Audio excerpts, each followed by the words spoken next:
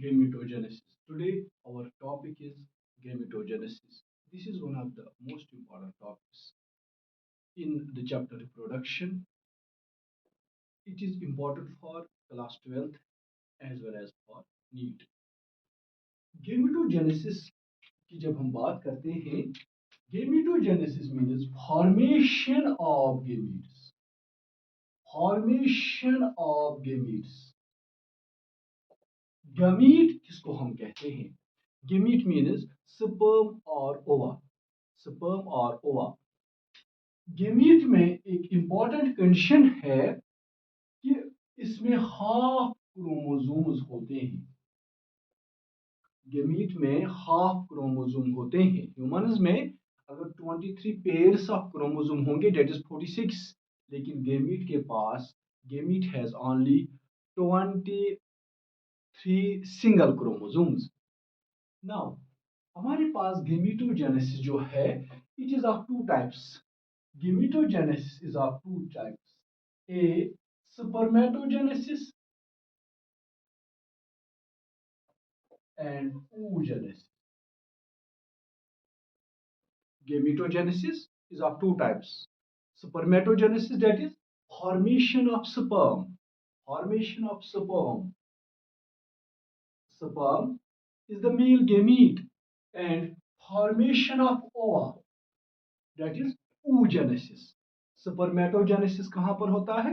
It occurs in testes and under the influence of hormone FSH, follicle stimulating hormone produced by anterior pituitary, influences testes और testes बनाते हैं sperm.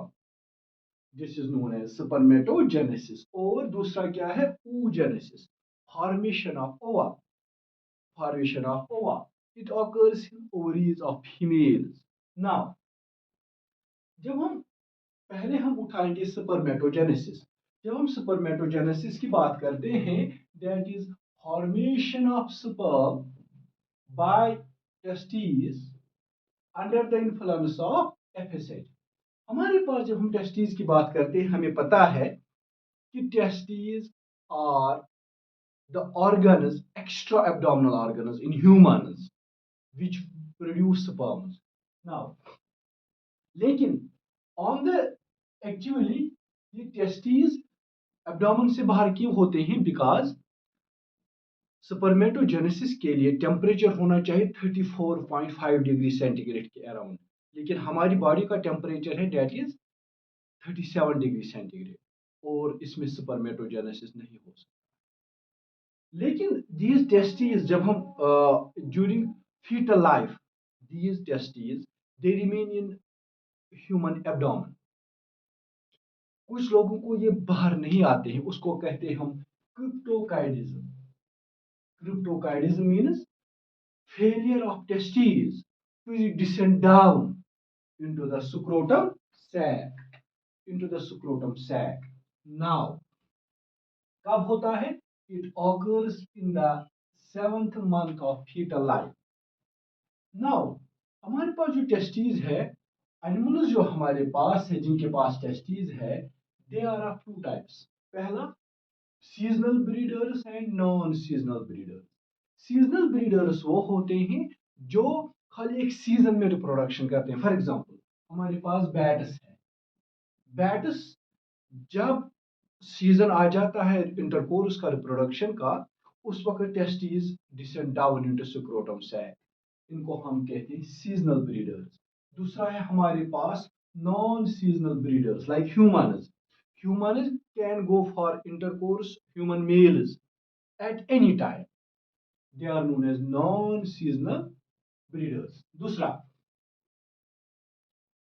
in some animals like humans, lion, horse, sheep, goat, etc., testes are present in scrotum sac. Testes are present in scrotum sac, जिसको हम कहते हैं extra abdominal testis. दूसरा हमारे पास है इंट्रा एब्डोमिनल टेस्टिस, यानी कि testis are present in the abdomen. For example whales and elephant.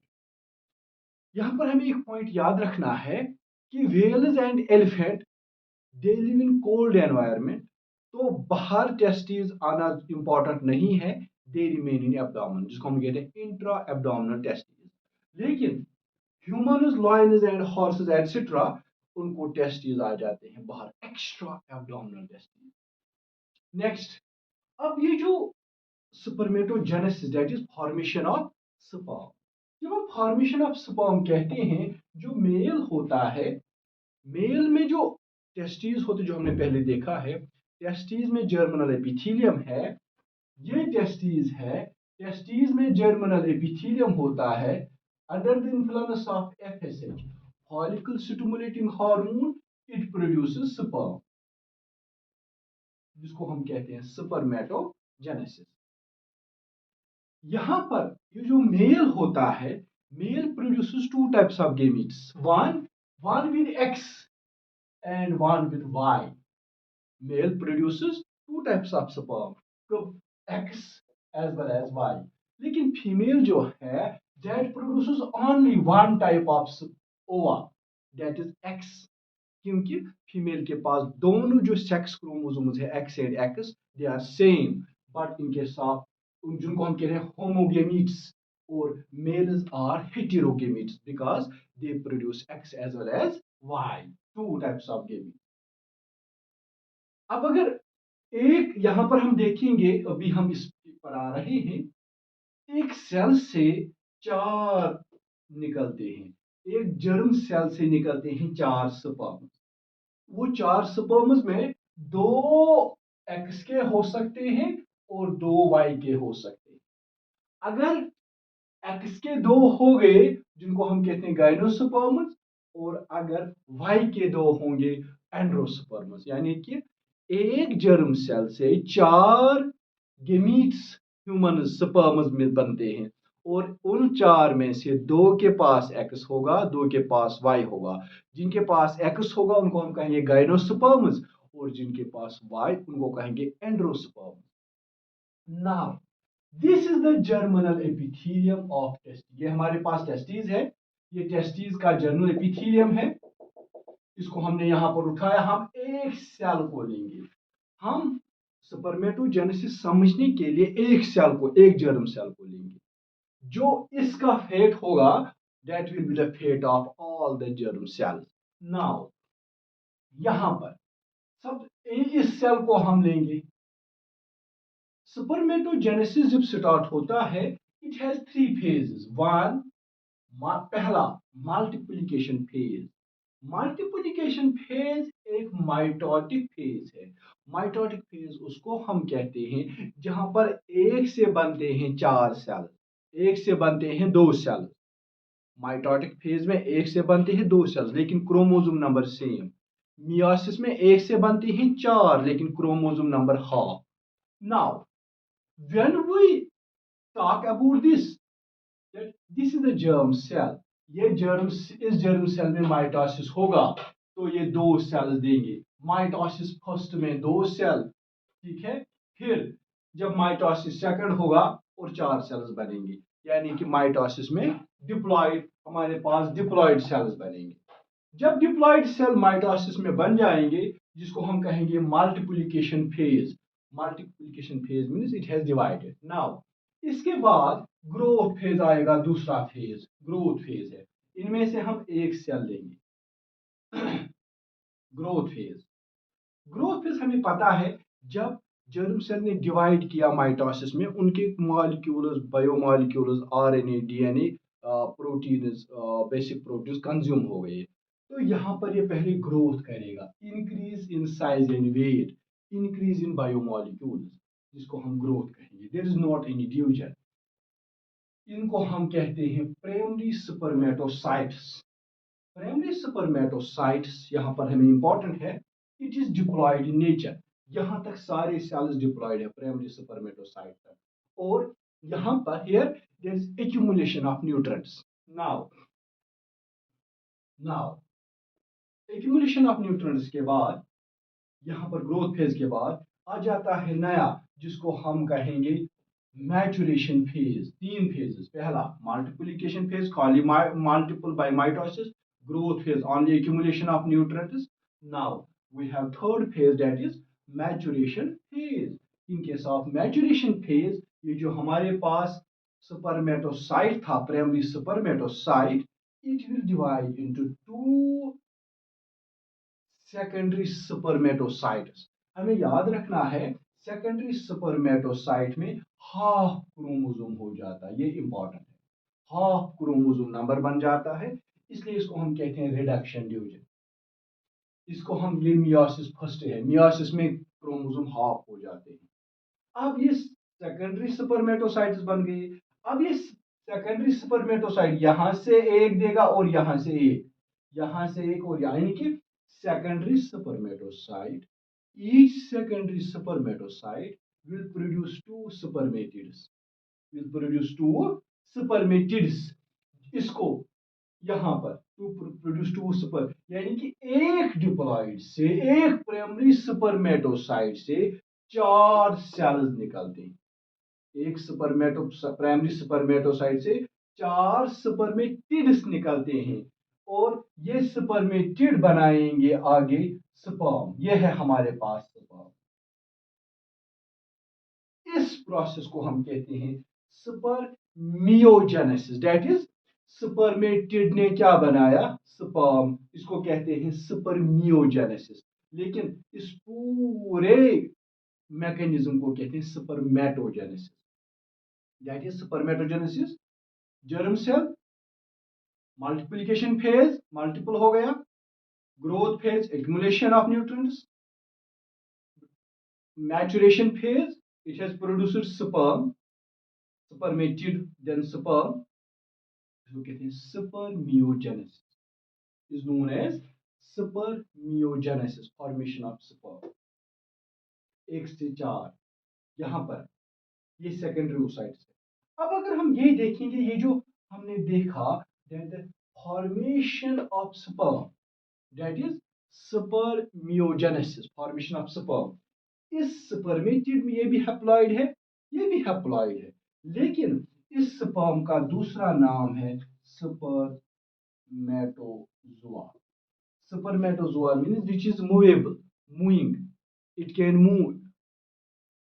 ये स्पर्मेटोजोआ जो है, मूविंग स्पर्मेटोजोआ, इसमें कौन सी चेंजेस आ जाती है वो हम यहां पर देखेंगे। स्पर्म की शक्ल क्या है, ये जो स्पर्म बना, हम एक स्पर्म की स्ट्रक्चर देखेंगे, उससे हमें पता चलेगा what are the modifications which a sperm occur when it changes from spermatid to sperm through the process of spermiogenesis। पहला, ये अपनी शेप, जो इसकी सर्कुलर शेप थी यहां पर, almost circular, it will change, क्योंकि it has to pass from male body to female body.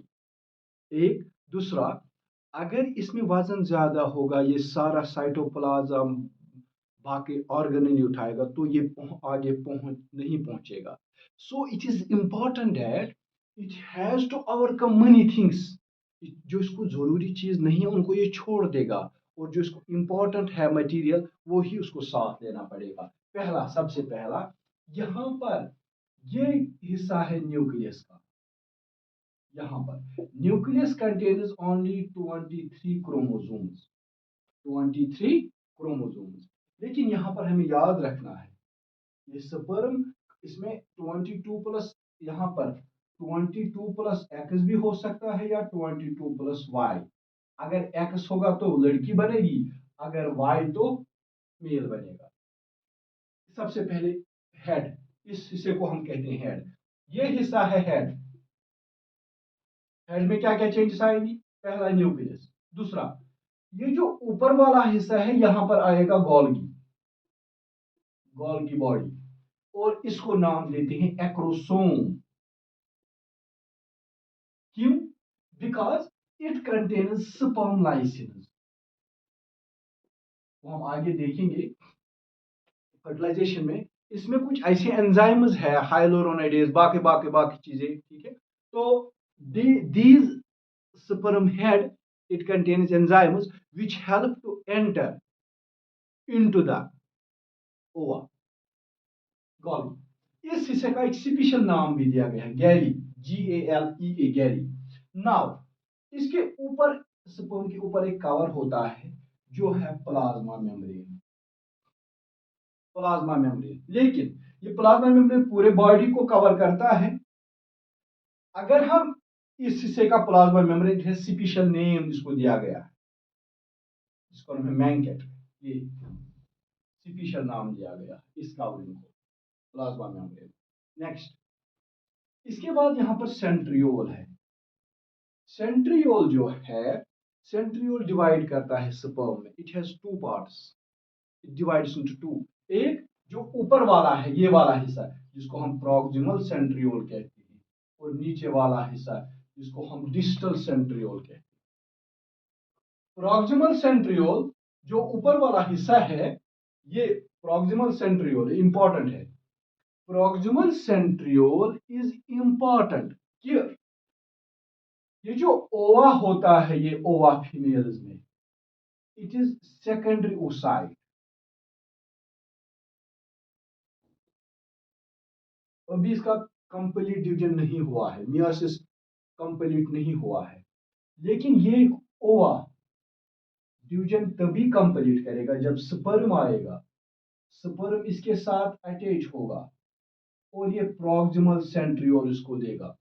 यानी कि फीमेल का ओवा तब तक डिवाइड नहीं कर सकता है जब तक इसके पास स्पर्म का प्रॉक्सिमल सेंट्रियोल नहीं होगा।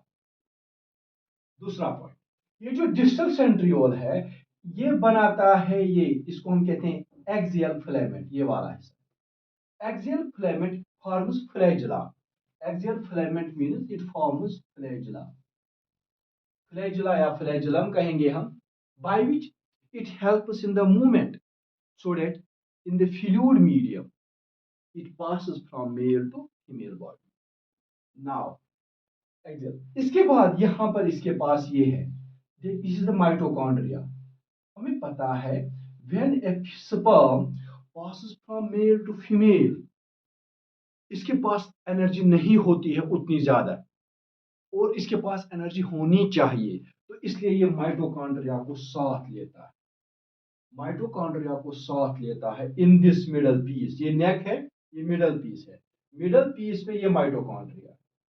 माइटोकॉन्ड्रिया क्या करता है? It provides energy to the sperm.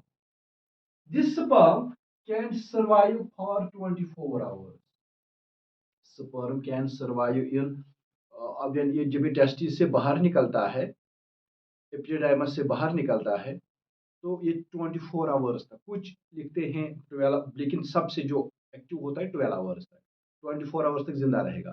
कुछ रेफरेंसेस कहते हैं 48 आवर्स या 72 आवर्स, लेकिन सबसे अच्छा है 12 टू 24 आवर्स, क्योंकि उसके बाद इस स्पर्म के पास एनर्जी जो माइटोकॉन्ड्रिया प्रोवाइड करता है वो खत्म हो जाता है। जब ये एनर्जी खत्म हो जाते हैं तो ये मर जाता है। और फीमेल रिप्रोडक्टिव सिस्टम में वहां पर WBCs होते हैं, फैगोसाइटोसिस होते हैं, तो इनको phagocytosis, they are being engulfed, खाया जाता है। तो 12 to 24 hours these sperms can survive in the female reproductive system।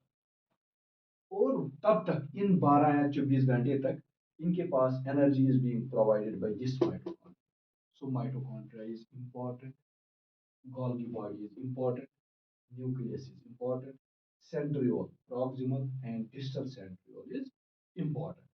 This is the structure of a complete sperm। और यहाँ पर हमें याद रखना है कि ये sperm 12 to 24 आवर जिंदा रहता है, उसके बाद ये मर जाता है, फैगोसाइटोसिस हो जाती है, WBC इसको खाते हैं, डेड करते हैं। लेकिन इसके पास खाली वही इंपॉर्टेंट चीजें होते हैं जो इसको मूवमेंट के लिए, डिवीजन के लिए, एंट्रेंस के लिए या जिंदा रहने के लिए इंपॉर्टेंट है। क्योंकि अगर ये ज्यादा मटेरियल अपने साथ उठाएगा, बायोमॉलिक्यूल्स सारे, तो it is not possible that it will cross the egg membranes it would cross the female reproductive system. It can pass the male reproductive system. So it is mandatory here that the sperm has many changes. It has to undergo many changes so that it may reach to the maximum, to the proper destination.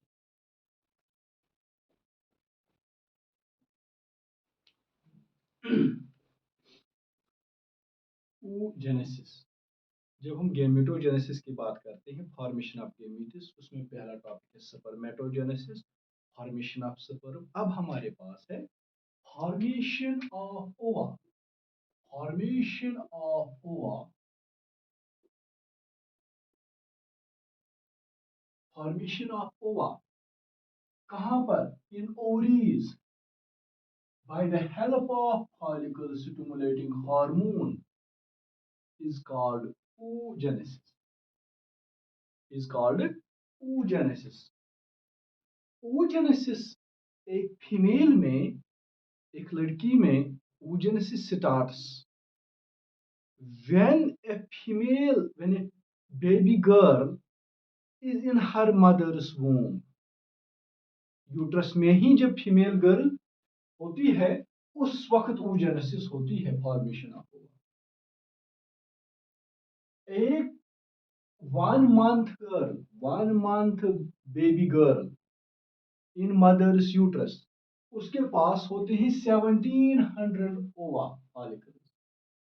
अगर हम second month में देखेंगे, ये हम fetal life की बात करते हैं, उसमें होते हैं 6 लाख फॉलिकल्स। अगर हम थर्ड मंथ की बात करेंगे, उसमें होते हैं 7 मिलियन ओवा। लेकिन जब ये 7 मिलियन ओवा फीमेल की गर्ल इन मदर्स वूम होते हैं 7 मिलियन, तो इसका मतलब है whole ovary is almost full of these follicles. इतना ही नहीं है, एफएसएच को काम करना है, एलएच को आगे जाके काम करना है, और इन फॉलिकल्स को मैच्योर होना है, इनको आगे बढ़ने के लिए एनर्जी चाहिए। तो it is not possible. Theory of natural selection gets implemented here. तो यहां पर एट 5th मंथ में एट्रेसिया होता है। मैक्सिमम ओवा, मैक्सिमम ओवा या तो मर जाते हैं, खत्म हो जाते हैं, और out of 7 million only 2 million ओवा रिमेन। जब एक बच्ची, जब एक गर्ल बेबी पैदा होती है, in her ovary there are only 2 million ova, only 2 million ova. और जब यही लड़की अराउंड प्यूबर्टी की बात करते हैं, तो that is around 12 years old. 12 साल की जब गर्ल होती है at the age of puberty, उसके पास ओनली 60,000 to 80,000 फॉलिकल्स होते हैं। 60,000 to 80,000 फॉलिकल्स होते हैं at birth, at puberty, at puberty. लेकिन out of these 60,000 to 80,000 only 500 get mature, जिनको हम कहते हैं ग्राफियन फॉलिकल्स। इसका मतलब है एक फीमेल जो है, उसमें ओनली आउट ऑफ, जब 7 मिलियन थर्ड मंथ में थे, फिर मिलियन, फिर 60,000, only 500 mature Graafian follicle can be produce. लेकिन ये कैसे है? अगर हम कहेंगे 12 साल की लड़की है, 45 पर मिनोपॉज होता है, दैट मीन्स 32 years, और हर मंथ में 28 days में एक ग्रेफियन फॉलिकल, दैट मीन्स 13 आ जाते हैं एक साल में। 13 into 32, ये ग्रेफियन फॉलिकल्स एक फीमेल प्रोड्यूस करती हैं थ्रू लाइफ। 32 into 13। लेकिन यहां पर कुछ फैक्टर्स काम करते हैं। The factors which are here work here, which work here, that is कि जब मैरिज किस एज में हो गई है। क्योंकि मैरिज के साथ क्या वाबस्ता है? प्रेगनेंसी हो जाएगी, प्रेगनेंसी 9 months में फॉलिकल्स प्रोड्यूस नहीं होंगे। After pregnancy after delivery, parturition के बाद, जब तक माँ, एक मदर बच्चों को दूध देती है, तब तक मिल्क में बॉडी में होता है प्रोलैक्टिन, और प्रोलैक्टिन एफएसएच को प्रोड्यूस होने नहीं देता है। एफएसएच प्रोड्यूस नहीं होगा तो फॉलिकल्स नहीं बनेंगे। यहाँ पर ये भी एक मसला है। दैट मीन्स प्रेगनेंसी के दौरान या after pregnancy, when a mother is milking, giving milk to her child, उस वक्त भी ये फॉलिकल्स, दैट मीन्स इससे भी कम आएगा। इसका इस रेशियो या नंबर जो है वो अभी बहुत कम होगा। That means out of millions 7 million भी कभी था, अब कुछ 100 प्रोड्यूस होते हैं एक फीमेल में। और that also stops at the age of around 45, depends upon environment, genetic makeup, food and condition of health. Now अगर हम कहेंगे एक ओवरी है, एक ओवरी में जो ये फॉलिकल्स है, इन फॉलिकल्स, ये जो कवर है जिसको हम कहते हैं germinal epithelium, germinal epithelium, under the influence of FSH, follicle stimulating hormone, ये जर्मिनल एपिथेलियम मैच्योर होता है। जर्मिनल एपिथेलियम मैच्योर होता है तो बनाएगा फॉलिकल। लेकिन जिस मैकेनिज्म को हम कहते हैं, जैसे पहले जो हमने पहले देखा है, primary, secondary, tertiary, atresia, etcetera etcetera, एक बनेगा ग्रेफियन फॉलिकल। अगर हम इनमें से एक सेल को लेंगे, एक सेल हम लेंगे germ cell, so that we may understand the mechanism of oogenesis। ये हमारे पास एक सेल है, इस सेल को, ये डिप्लॉयड है, oogenesis, फॉर्मेशन ऑफ ओवा, ग्रेफियन फॉलिकल। कैसे देखेंगे? ये एक सेल है, इसको हम लेंगे, जो इसके साथ होगा वो सारे सेल्स के साथ होगा। ये ग्रेफियन फॉलिक, ये जर्म सेल है। Germ cell is diploid in nature. सबसे पहला फेज होगा मल्टीप्लिकेशन फेज, और multiplication phase is mitotic division. हमें माइटोटिक डिवीजन में पता है, एक सेल से दो सेल्स बनते हैं और क्रोमोसोम नंबर सेम, इसलिए ये बन गए हैं हमारे पास। माइटोटिक डिवीजन से आ गया हमारे पास ये दो सेल्स। इसके साथ हम नहीं करेंगे, जो इसका होगा वही इसका भी होगा। मल्टीप्लिकेशन, मल्टीप्लिकेशन फेज के बाद नेक्स्ट फेज हमारे पास है growth phase. Growth phase means accumulation of nutrients, accumulation of biomolecules. क्यों? जब इसने, जर्म सेल ने मल्टीप्लिकेशन फेज के जरिए ग्रोथ फेज में आ गया, एक सेल से बन गए दो सेल्स, इसका मतलब है biomolecules have been used during the process. तो इसको पहले एनर्जी एक्यूमुलेट करनी है, आरएनए, डीएनए, बाकी बाकी सब कुछ इसको एक्यूमुलेट करना है, जिसको हम कहते हैं ग्रोथ फेज। लेकिन यहाँ पर ह्यूमन ओवा, उसमें बहुत कम यॉक होता है, लेकिन in other animals yolk is maximum, hence York.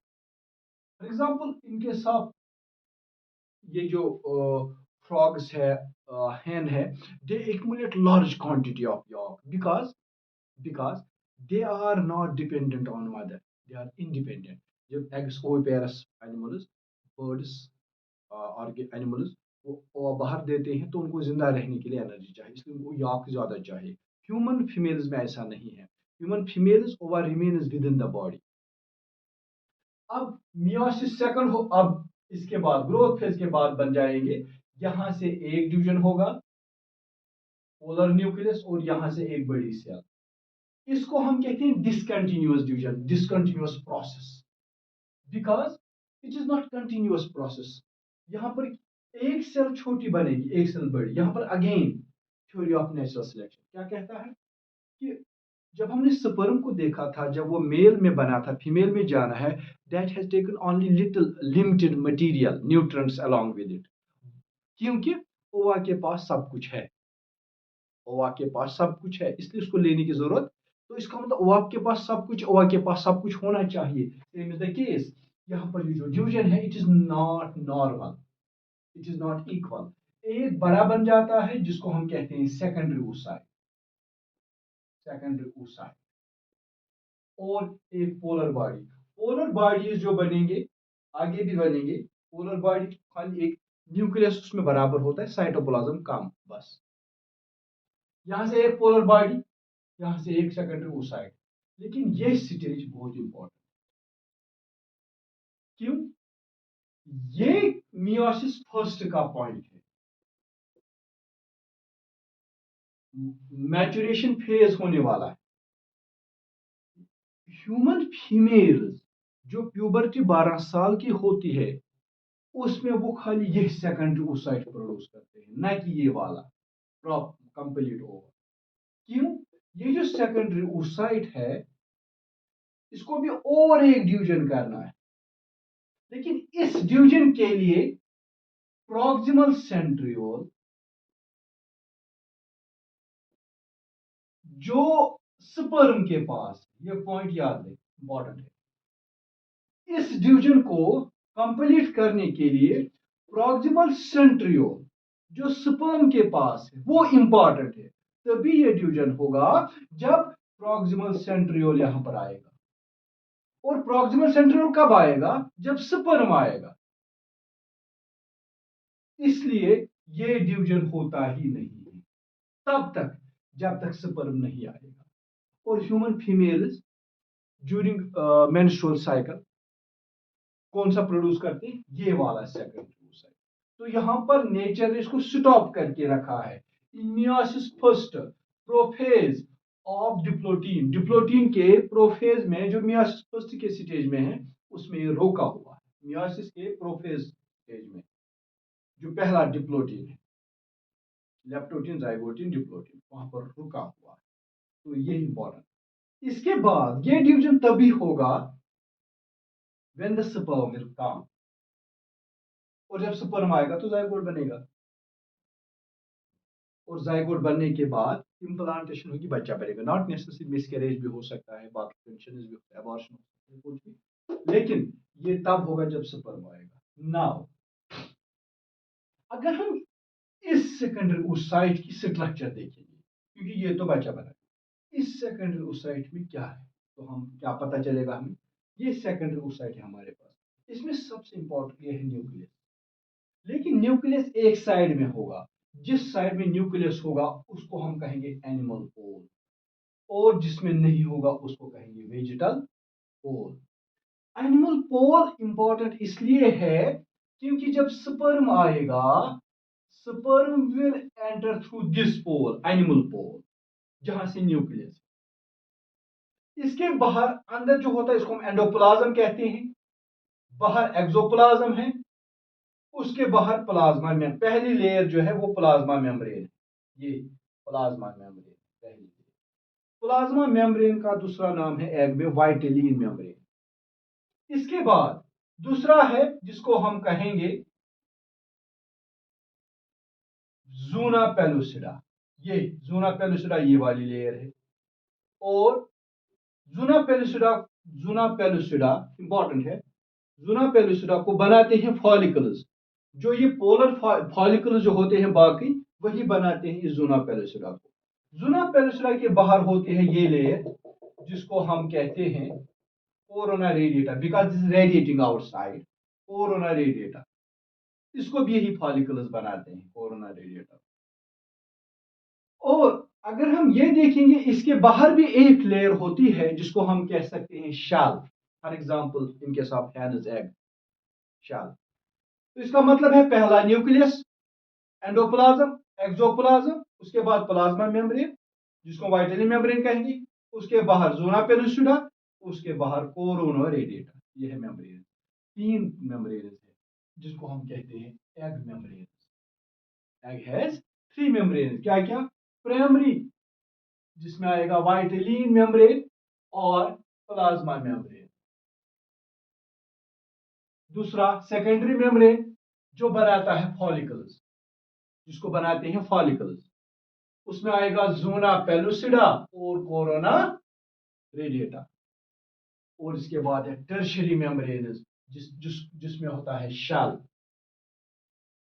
हैनस shell, जिसको बनाते हैं ग्लैंड्स।